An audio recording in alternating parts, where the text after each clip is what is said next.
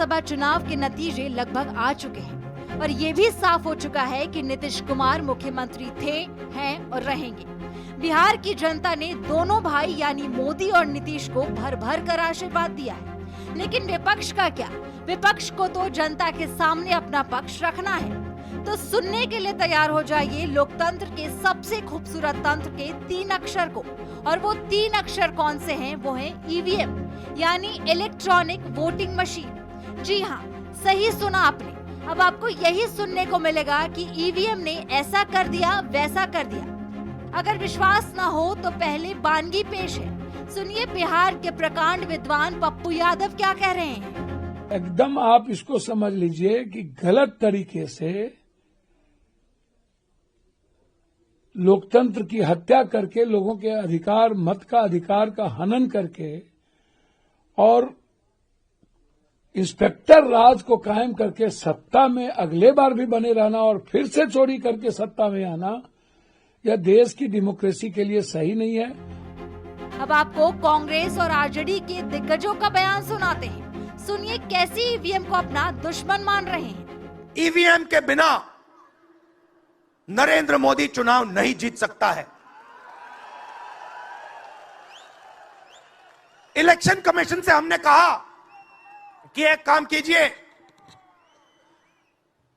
विपक्ष की पार्टी को ये मशीनें दिखा दीजिए, खोल के हमें दिखा दीजिए ये कैसे चलती हैं, हमारे एक्सपर्ट्स को दिखा दीजिए। इलेक्शन कमीशन नहीं दिखाता। आज मोदी जी क्या कर रहे हैं? मोदी जी क्या कर रहे हैं और इलेक्शन कमीशन क्या कर रहा है? कैसे छीनना चाह रहा है? वोट की चोरी करके, यानी आपके अधिकार को ही नहीं बल्कि आपके अस्तित्व को ही मिटाना चाहते हैं ये लोग। अरे आपने ऐसे टेक्निक बना लिए हैं कि जिससे आपको फायदा हो, अपोजिशन पार्टी को नुकसान हो, ऐसे टेक्नोलॉजी बनाकर अगर हमको हराना चाहते हैं तो आज नहीं कल इस देश के नौजवान उठेंगे और आपको हाथ पकड़ के ये कहेंगे हमको बैलेट पेपर होना चाहिए, ईवीएम नको। अब विपक्ष के नेताओं से कोई सवाल करे कि भाई जिन राज्यों में आपकी पार्टी जीत जाती है और आप सत्ता पर काबिज हो जाते हैं वहाँ तो ईवीएम ठीक है, लेकिन जहाँ आप नहीं जीतते वहाँ ईवीएम खराब, ये कैसे हो सकता है?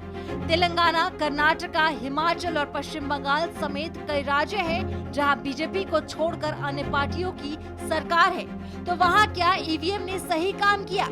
हालांकि चुनाव आयोग के साथ साथ कई धुरंधरों ने ईवीएम को हैक करने की कोशिश की, लेकिन वो सफल नहीं रहे।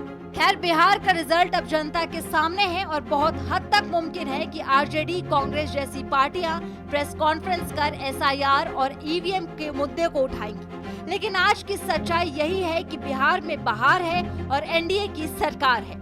नतीजों के बाद मौसम ईवीएम का है। इसी तरह के तमाम वीडियो को देखने के लिए बने रहिए रिपब्लिक भारत के डिजिटल प्लेटफॉर्म के साथ।